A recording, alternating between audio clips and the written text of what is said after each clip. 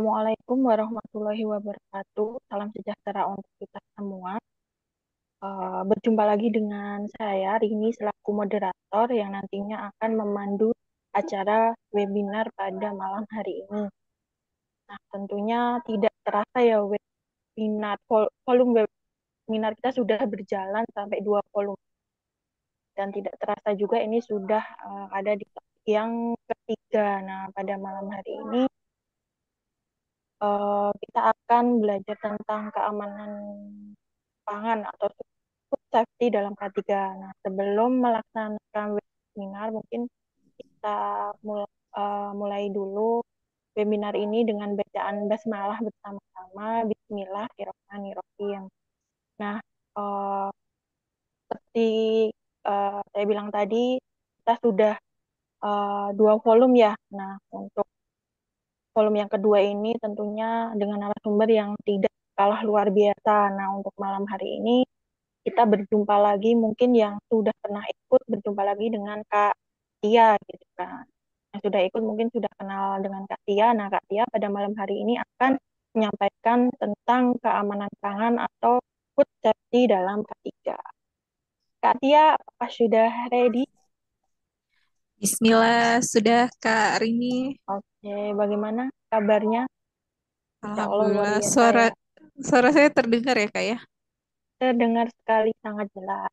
Baik Kak Tia, Oke, untuk mempersingkat waktu, mungkin Sobat K3 semua sudah tidak sabar. Nah, waktu dan tempat saya persilahkan kepada Kak Tia. Monggo, oke, silahkan. oke. Terima kasih kepada Kak Rini selaku moderator dan juga terima kasih kepada Sobat K3 semua atas kesempatan yang diberikan kepada saya untuk menyampaikan materi sharing pada malam hari ini mengenai keamanan pangan atau food safety dalam K3. Perkenalkan, nama saya Tia Nurhidayanti. Saya berasal dari Kota Dumai, Riau. Mungkin teman-teman pernah dengar ya. Nah, eh, background pendidikan saya epidemiologi lapangan dan promosi kesehatan K3. Untuk mempersingkat waktu, saya langsung masuk ke materi sharing kita pada malam hari ini. Ada 4 topik bahasan utama terkait food, food safety yang saya ingin bahas pada malam hari ini. Salah satunya, apa itu food safety? Faktor-faktor bahaya dalam food safety itu apa saja? Pengendalian bahaya kimia dalam makanan dan regulasi juga standar keamanan pangan. Nah, definisi keamanan pangan atau food safety. Keamanan pangan adalah upaya memastikan bahwa makanan yang kita konsumsi aman dan tidak membahayakan kesehatan, mencakup pengendalian kontaminasi, penerapan standar dalam proses produksi dan distribusi.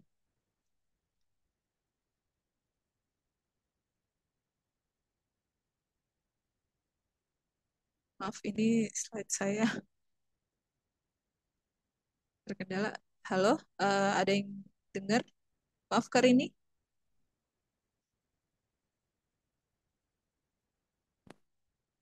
Masih bisa dengar suara saya, Kak?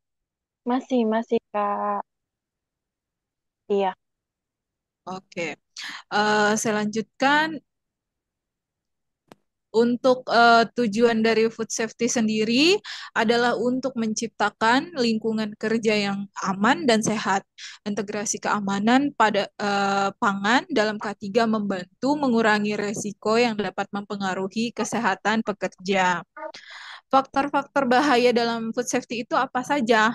Nah, ada beberapa ya yang saya rangkum. Salah satunya bahaya mikrobiologis. Bahaya mikrobiologis itu didapat dari salah satunya eh, adapun bahaya kimia seperti dari residu pestisida, bahan kimia berbahaya, dan bahan bahaya dari bahaya fisik. Salah satunya yaitu puing, serpihan benda asing, debu, lain sebagainya. Nah, dampak kesehatan akibat eh, pangan yang tidak aman ya. Dampaknya itu bagi kesehatan pekerja eh, bila akibat mengkonsumsi makanan yang telah terkontaminasi. Yang pertama itu adalah penyakit bawaan makanan atau foodborne illness, yaitu penyakit yang disebabkan oleh konsumsi makanan atau minuman yang terkontaminasi oleh mikroorganisme patogen, bahan kimia, atau bahan berbahaya lainnya seperti salmonellosis atau berasal dari bakteri Salmonella, E. coli, listerosis, yaitu yang terdapat pada produk-produk susu yang tidak dipasteurisasi, terdapat pada keju-kejuan, nah daging sapi siap saji. Nah mungkin kalau teman-teman yang suka makan sosis ya, nah itu, dan eh, hepatitis A, yaitu kontaminasi dari makanan mentah, seperti mungkin yang kurang baik ya dimasaknya, seperti kerang-kerangan atau sayuran mentah dan lain sebagainya. Nah, dampak berikutnya yaitu infeksi saluran pernapasan, maaf, pencernaan. Yang ketiga itu keracunan makanan. Selanjutnya, penyakit kronis akibat paparan kimia seperti kerusakan hati dan ginjal akibat paparan logam berat. Nah, ini kalau teman-teman pernah dengar itu, pernah dengar nggak orang-orang Jepang yang terpapar oleh logam berat karena di lautnya itu ada kontaminasi gitu dengan logam berat, sehingga menimbul masyarakat di sekitar pantai yang mengkonsumsi apa makanan dari laut itu cenderung lebih besar terkena kanker darah. Nah, itu salah satunya ya.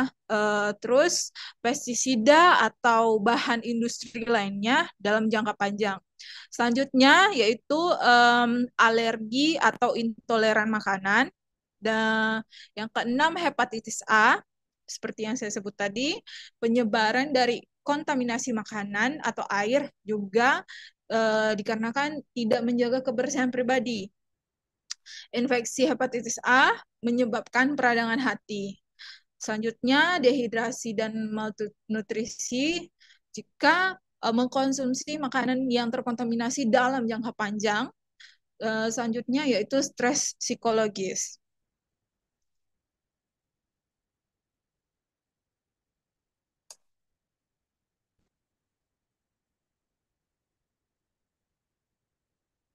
Eh, Kontaminasi silang, definisi dari kontaminasi silang.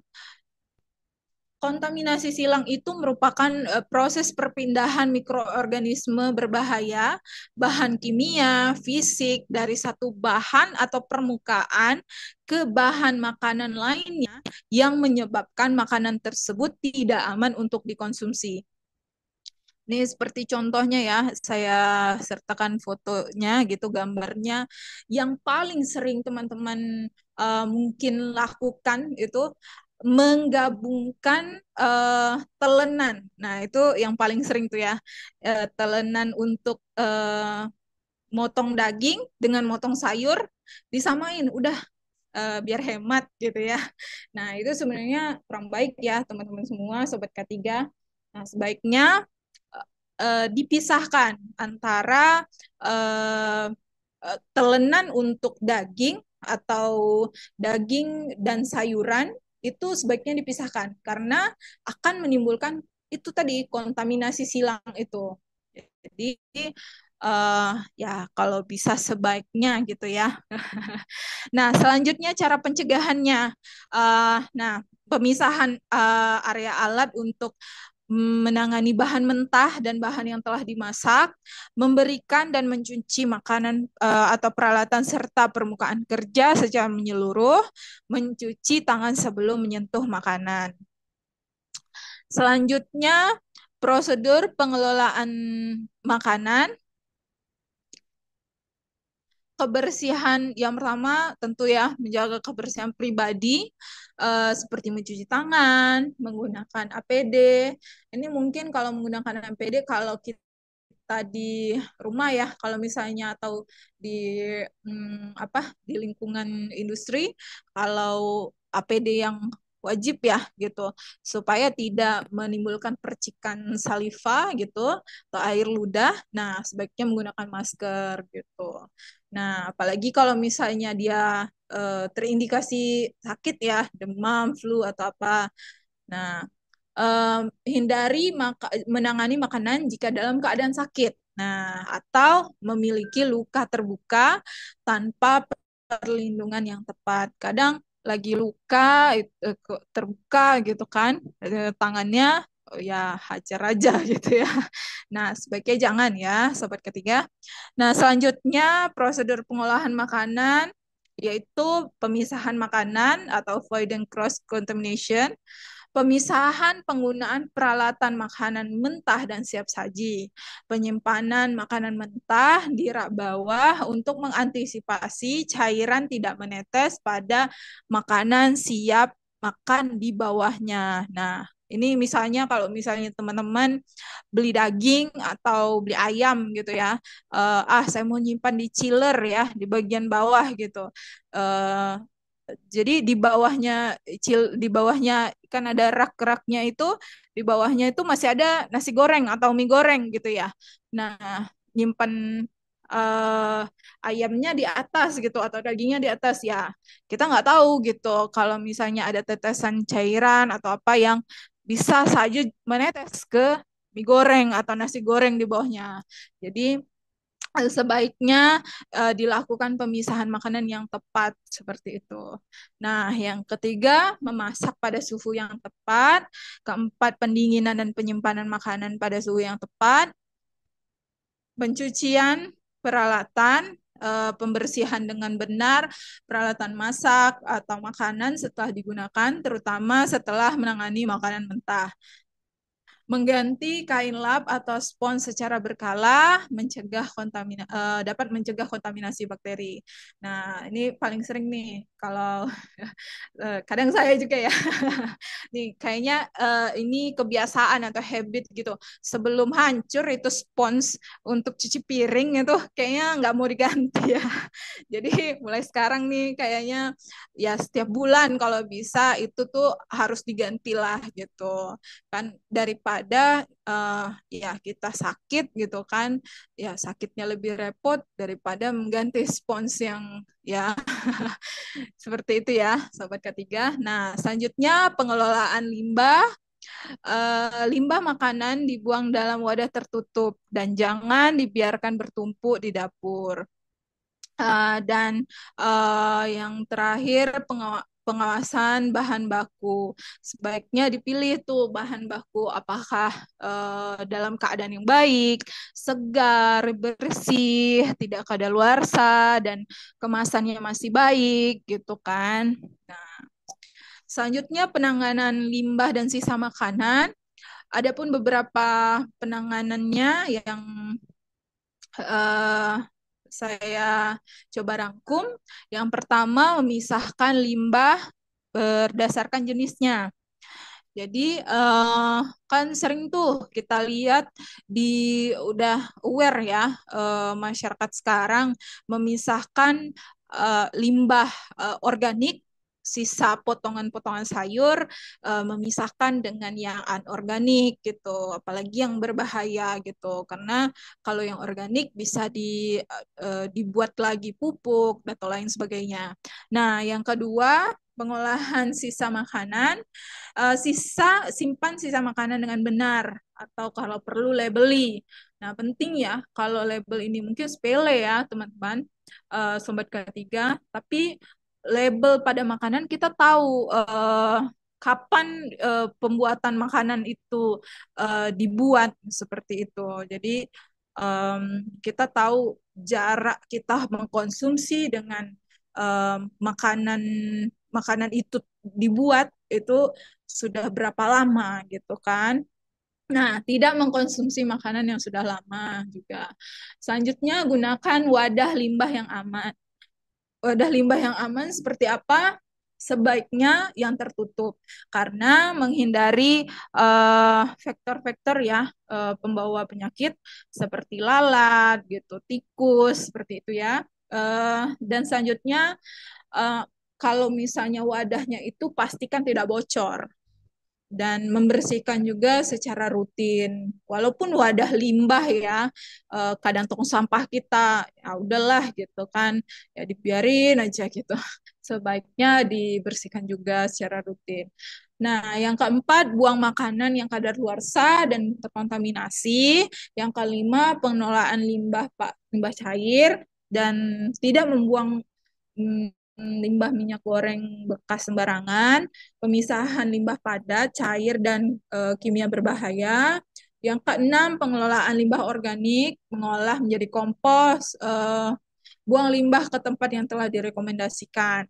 Yang ketujuh, pelatihan dan edukasi pekerja, memberikan pelatihan penanganan limbah untuk menghindari risiko kontaminasi, kepatuhan terhadap protokol food safety. Yang kedelapan, kebersihan area pengelolaan dan pembuangan limbah. Selanjutnya, pembuangan limbah secara berkala. Dan yang ke-10, pemantauan dan inspeksi rutin. Itu penanganan limbah dan sisa makanan ya, teman-teman, untuk uh, salah satu cara untuk pengelolaan food safety sendiri gitu. Salah satunya ya dari limbahnya juga harus kita perhatikan seperti itu. Nah, pelatihan food safety untuk pekerja penting bagi pekerja untuk memastikan bahwa semua yang terlibat dalam pengelolaan makanan, penyimpanan, dan penyajian makanan memahami dan mematuhi standar keamanan pangan yang diperlukan. Beberapa materi dalam pelatihan food safety antara lain mengenali kebersihan pribadi, selanjutnya pencegahan kontaminasi silang, pengendalian suhu dan penyimpanan makanan, penanganan bahan makanan yang tepat, pembersihan dan sanitasi, yang keenam manajemen limbah makanan, tujuh penanganan darurat dalam keamanan pangan, selanjutnya penanganan makanan aman dan teknik penyajian, yang selanjutnya penerapan regulasi keamanan pangan. Nah, adapun regulasi dan standar keamanan pangan menurut peraturan nasional yaitu berdasarkan Undang-Undang Nomor 18 Tahun 2012 tentang pangan.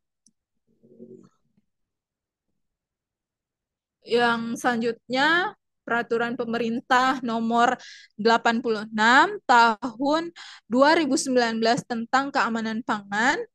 Uh, yang ketiga, peraturan BPOM atau Badan Pengawasan Obat dan Makanan tahun nomor 8 tahun 2000 dan peraturan BPOM nomor 31 tahun 2018 juga SNI. Sedangkan peraturan internasional terbagi ada beberapa, yaitu yang pertama Hazard Analysis Critical Control Point atau HACCP, yang kedua ISO 22000, selanjutnya Food and Drug Administration atau FDA, selanjutnya European Food Safety Authority atau EFSA. Adapun sistem keamanan pangan atau Food Safety Management System, sistem HACCP dan apa itu sistem HACCP dan ISO 22000. HACCP itu adalah pendekatan sistematis untuk mengidentifikasi, mengevaluasi, dan mengendalikan bahaya yang signifikan terkait keamanan pangan dalam proses produksi. Sistem ini diakui secara global dan sering dijadikan standar oleh nasional serta bahan sertifikasi internasional. Sedangkan ISO 22000 adalah standar internasional untuk sistem manajemen keamanan pangan yang mengintegrasikan elemen-elemen HACCP dan ISO 9001. Maaf, Kak Rini, suara saya masih terdengar jelas? Masih terdengar jelas, Kak Tia. Oke, saya lanjutkan. Adapun pemeriksaan dan pengawasan pangan bertujuan untuk mencegah penyakit bawaan makanan, mencegah kesehatan, menjaga kesehatan konsumen, menjamin kepatuhan terhadap regulasi dan melindungi reputasi perusahaan. Proses pemeriksaan keamanan pangan mencakup yang pertama inspeksi, pengujian, pemantauan sistem manajemen keamanan pangan, penerapan standar seperti HACCP dan ISO 20.000. Adapun pelaporan masalah keamanan pangan yang terkait dengan insiden keamanan pangan, yang pertama harus diperhatikan identifikasi insiden. Seperti dari inspeksi rutin, pengujian lab, keluhan konsumen, pemantauan internal. Nah, selanjutnya hentikan produksi dan isolasi produk jika terbukti telah terdapat kontaminasi dalam produk tersebut. Yang selanjutnya, pelaporan internal manajemen perusahaan, dokumen insiden, yang kelima, penyelidikan dan penilaian risiko, yang keenam, pemberitahuan ke otoritas pengawas. Nah, pengendalian bahan, bagaimana sih menghindari kontaminasi kimia dalam makanan? Eh, Menghindari kontaminasi kimia dalam makanan memerlukan pendekatan yang komprehensif, melibatkan pemantauan yang ketat pada setiap tahap produksi, baik produksi, distribusi, dan penyajian makanan. Dengan memastikan bahwa hanya bahan kimia yang aman dan diizinkan yang digunakan, serta dengan menerapkan langkah-langkah pencegahan dan pengendalian yang tepat. Risiko kontaminasi dalam makanan dapat diminimalkan secara signifikan. Uh, Pelatihan pekerja, pemantauan residu kimia, dan penggunaan peralatan yang aman adalah bagian integral dari upaya untuk menjaga keamanan pangan. Keamanan pangan di kantin perusahaan, yaitu yang pertama standar keamanan pangan untuk kantin atau fasilitas makanan di tempat kerja. Standar keamanan pangan di kantin tempat kerja yang paling sering untuk yang sangat penting untuk melindungi kesehatan pekerja dari risiko penyakit bawaan makanan dengan menerapkan kebersihan sanitasi yang baik, penyimpanan dan memasak makanan pada suhu yang tepat, serta menghindari kontaminasi silang. Makanan di kantin dapat disajikan dengan aman. Selain itu, pelatihan rutin bagi pekerja kantin, pemantauan suhu, dan inspeksi berkala oleh otoritas kesehatan. Semuanya merupakan langkah yang penting untuk memastikan bahwa makanan yang disajikan tetap aman. Nah, bagaimana tanggung jawab perusahaan dalam keamanan pangan? Nah, perusahaan memiliki tanggung jawab besar dalam menjaga keamanan pangan untuk melindungi kesehatan konsumen, pekerja, dan reputasi perusahaan. Hal ini mencakup penerapan sistem manajemen keamanan pangan yang efektif, mematuhi regulasi yang berlaku, mengedukasi pekerja tentang keamanan pangan, serta melakukan pemantauan dan pengujian rutin terhadap produk. Dengan menerapkan langkah-langkah ini, perusahaan dapat memastikan bahwa produk yang mereka hasilkan aman untuk dikonsumsi dan mematuhi standar keamanan pangan yang ketat. Ada beberapa contoh insiden keamanan pangan. Seperti yang pertama itu kasus keracunan makanan di pabrik di Karawang ya tahun 2020. 300 pekerjanya menyantap makanan catering perusahaan dan ditemukan bakteri patogen akibat penanganan dan penyimpanan makanan yang tidak sesuai standar. Nah, kasus keracunan makanan berikutnya terdapat di perusahaan tambang di Sulawesi tahun 2018, 100 pekerja mengalami muntah, mual, diare, yang merupakan indikasi penyebab dari bakteri Salmonella dan E. coli karena suhu penyimpanan yang tidak tepat.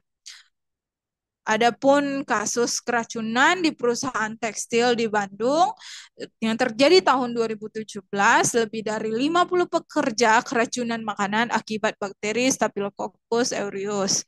Bakteri ini mungkin berasal dari penanganan makanan yang tidak higienis oleh staf kantin, seperti tidak mencuci tangan dengan benar. Nah, kasus selanjutnya keracunan makanan juga di Bekasi pada tahun 2019.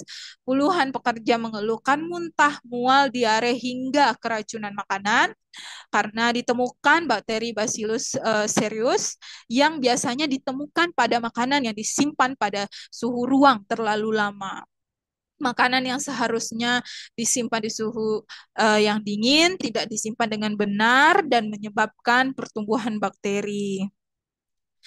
Nah, yang terakhir, kesimpulan dari rekomendasi, sebaiknya kita tetap mematuhi ya kepatuhan terhadap standar dan regulasi keamanan pangan, pentingnya pengawasan dan inspeksi rutin, adanya edukasi publik dan penjual, dan tindakan penarikan produk jika sudah terindikasi memang terkontaminasi oleh bahan pencemar ya. Nah, sekian pemaparan dari saya.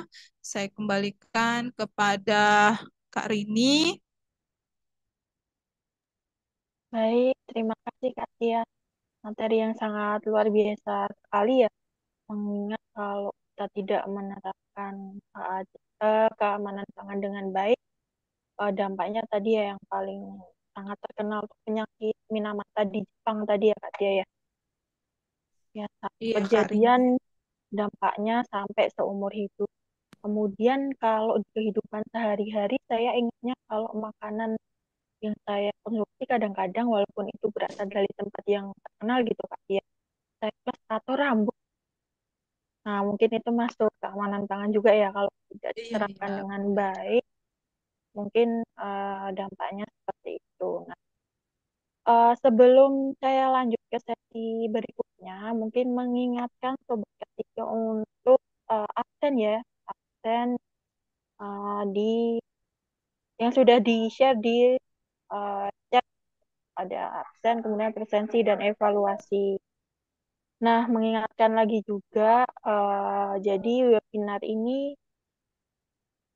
juga akan dilaksanakan pada besok pagi, ada lagi dengan narasumber yang lainnya yang luar biasa dengan topik tiga pertambangan ya. Jadi narasumbernya sangat berpengalaman di bidang pertambangan. Jadi sobat ketiga uh, stay tune gitu di grup. Nah, nanti mungkin bisa bangun pagi dan uh, bisa dapat asupan materi yang luar biasa. Nah, menginjak ke sesi yang selanjutnya, sesi yang mungkin sudah ditunggu-tunggu ya Kak Tia ya, sesi tanya jawab. Nah, untuk sobat K3 semua yang ingin bertanya, silahkan bisa raise hand atau kirim di chat. Mungkin yang raise hand, apakah ada yang ingin raise hand terlebih dahulu? Ya.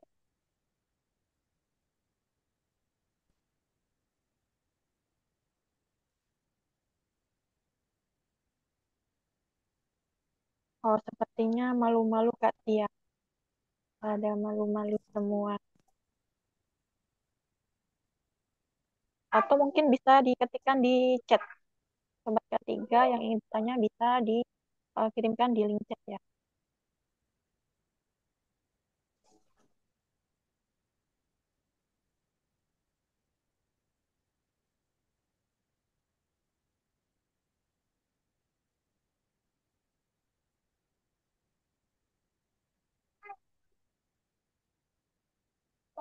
Wah, ini sudah ada yang bertanya dari Kak Verona. Nah, kayaknya apa Kak Verona yang setia ya ikut webinar kita. Nah, ini Kak Verona bertanya, Kak Tia. Kak mau tanya, jika sebuah resto atau warung makan sudah menjaga kualitas bahan pangan dan metode memasaknya, tapi ada zat kontaminan yang masuk ketika pengantaran makanan dan menyebabkan keracunan bagi konsumen, hal tersebut menjadi tanggung jawab penyedia pangan atau pengantar makanannya ya. Tuh, jadi mungkin yang apa yang bikin makanannya tuh sudah menjaga keamanan panganan, makanan yang akan disajikan, tapi ternyata pada waktu mengantarkan makanan ada kontaminasi. Nah, itu jadi tanggung jawab siapa Kak Tia? Penyedia pangannya atau pengantarnya gitu. Apakah jelas Kak Tia dengan Oh, jadi pertanyaannya? kalau ini penyedia pangannya sudah menjaga Betul. kualitasnya ya. Jadi, nah pengantaran ini pasti ini tetap kan SOP itu kan ada ya. Kalau misalnya di restoran atau di tempat makan SOP-nya itu pasti jelas gitu. Jadi jika sudah memang benar-benar sudah mengetahui uh, hal tersebut memang masalahnya itu sudah beres ya di hulunya ya, di penyedia pangannya udah beres nih.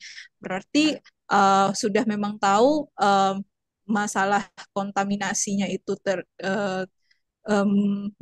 dikarenakan pengantaran makanannya atau mungkin dia tidak menggunakan masker pada saat sakit atau tidak mencuci tangan gitu walaupun dia memegang ya ujung dari piring seperti itu. Nah, bisa saja gitu kan. Jadi ya memang itu tanggung jawab dari pengantar makanan gitu atau waiter karena seorang waiter pun ada SOP-nya gitu. Seperti itu, Kak Rini. Oke, baik. Terima kasih Kak Tia atas jawabannya. Kak Veronat, apakah sudah eh, masuk itu jawabannya? Sudah mengerti mungkin ataukah ada yang ditanyakan lagi?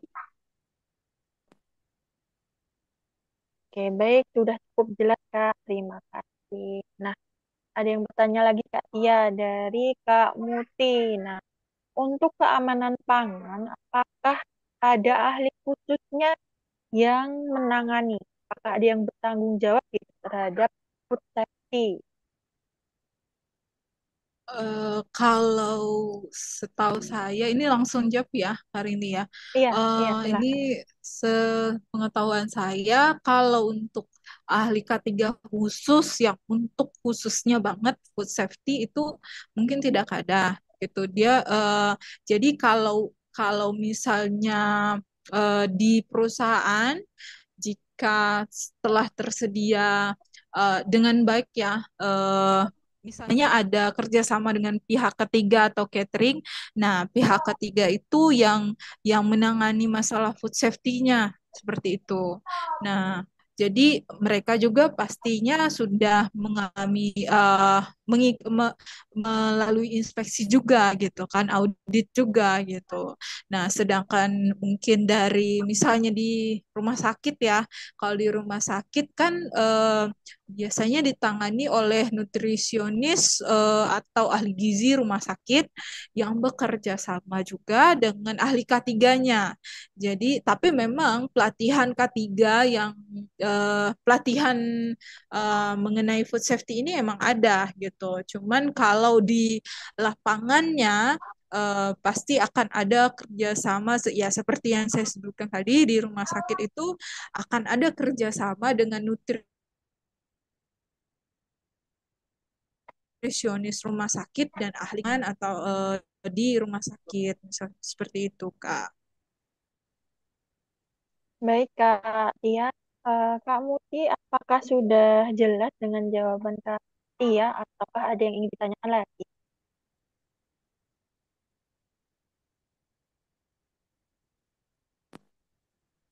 Sudah, Kak. Terima kasih banyak. Oke, sudah cukup jelas, Kak Tia. Kemudian masih ada yang nanya satu lagi. Mungkin ini penanya terakhir ya, Kak Tia ya. Nah, Ya, dari Kak Rinza, izin bertanya Kak, jika kita sebagai seorang ahli K3 gitu, kemudian ingin menerapkan keamanan pangan di perusahaan, nah itu bagaimana ya Kak? Kalau seorang ahli K3, nah seperti yang saya bilang tadi nih sebelumnya, nah, kalau misalnya di perusahaan-perusahaan yang cukup besar nih tergantung perusahaannya juga ya Kak. Jadi ada perusahaan-perusahaan yang sudah menyediakan atau bekerja sama dengan pihak lain dalam penyediaan makanan.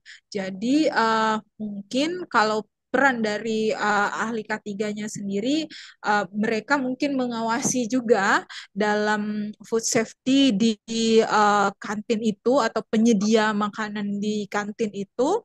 Nah, seperti itu mungkin Kak. Atau Oke, mungkin ada baik. tambahan lain. Apakah sudah jelas Kak Rinja jawaban dari Kak Tia?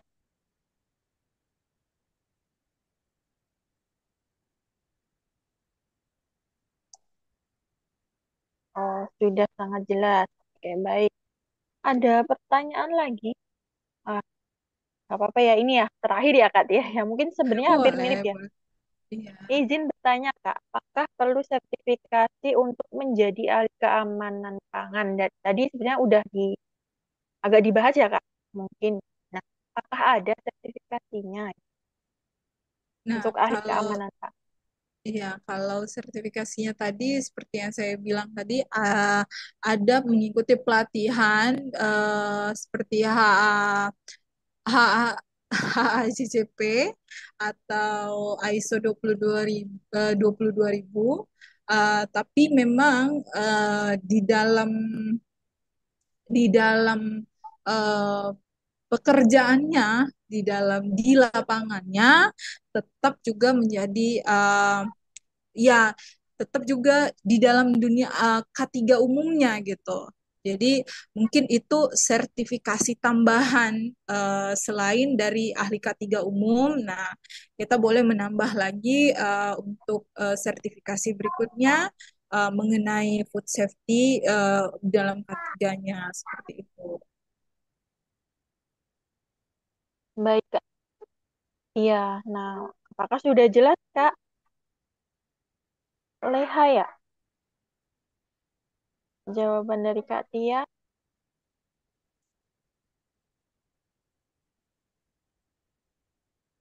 sangat jelas. Oke. Nah, karena mungkin sudah cukup ya Kak Tia. Tidak ada yang bertanya lagi dan tadi pertanyaan terakhir mungkin kita cukupkan Kak Tia. Walaupun kalau mau membahas materi tentang ini, artinya mau semalaman juga nggak akan cukup ya Kak Tia ya. Ya, nanti Iya. mungkin di lain kesempatan kita akan belajar lebih dalam lagi tentang eh, safety. Nah, Kak Tia, adakah mungkin closing statement yang ingin disampaikan ke sobat K3 semua? Mungkin saya mengingatkan kembali aja ya, teman-teman, pasti masih ada ini apa seri-seri tentang gizi atau gizi dalam makanan atau lain sebagainya di sesi berikutnya. Jangan lupa tetap terus lihat ya, Eh, terus menggali ilmu di sini.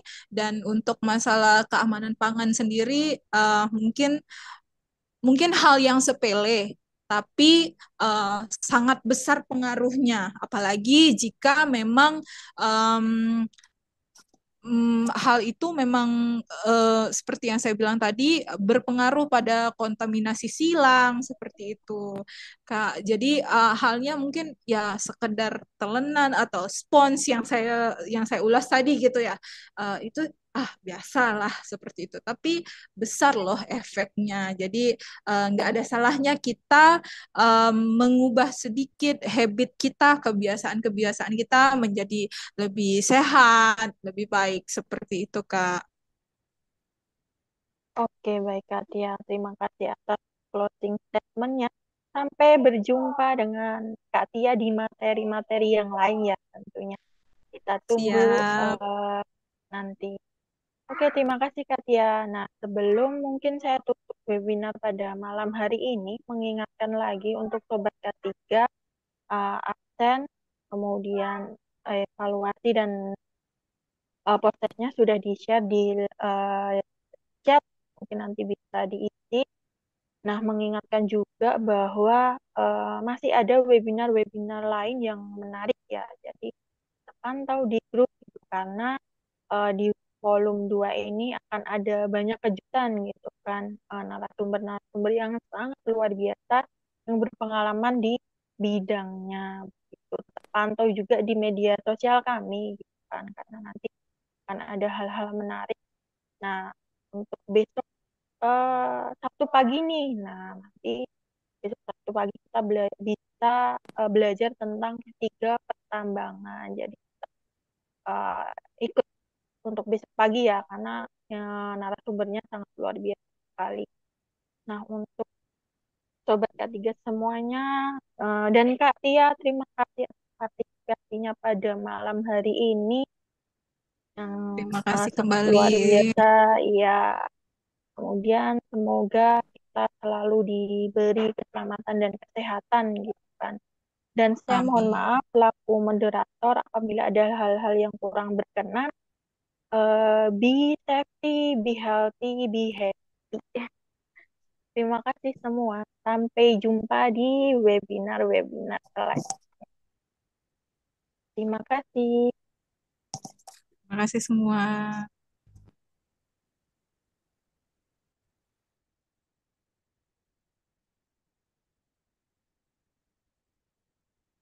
Terima kasih, Mbak Tia. Terima kasih semuanya. Lewat dia. Terima kasih.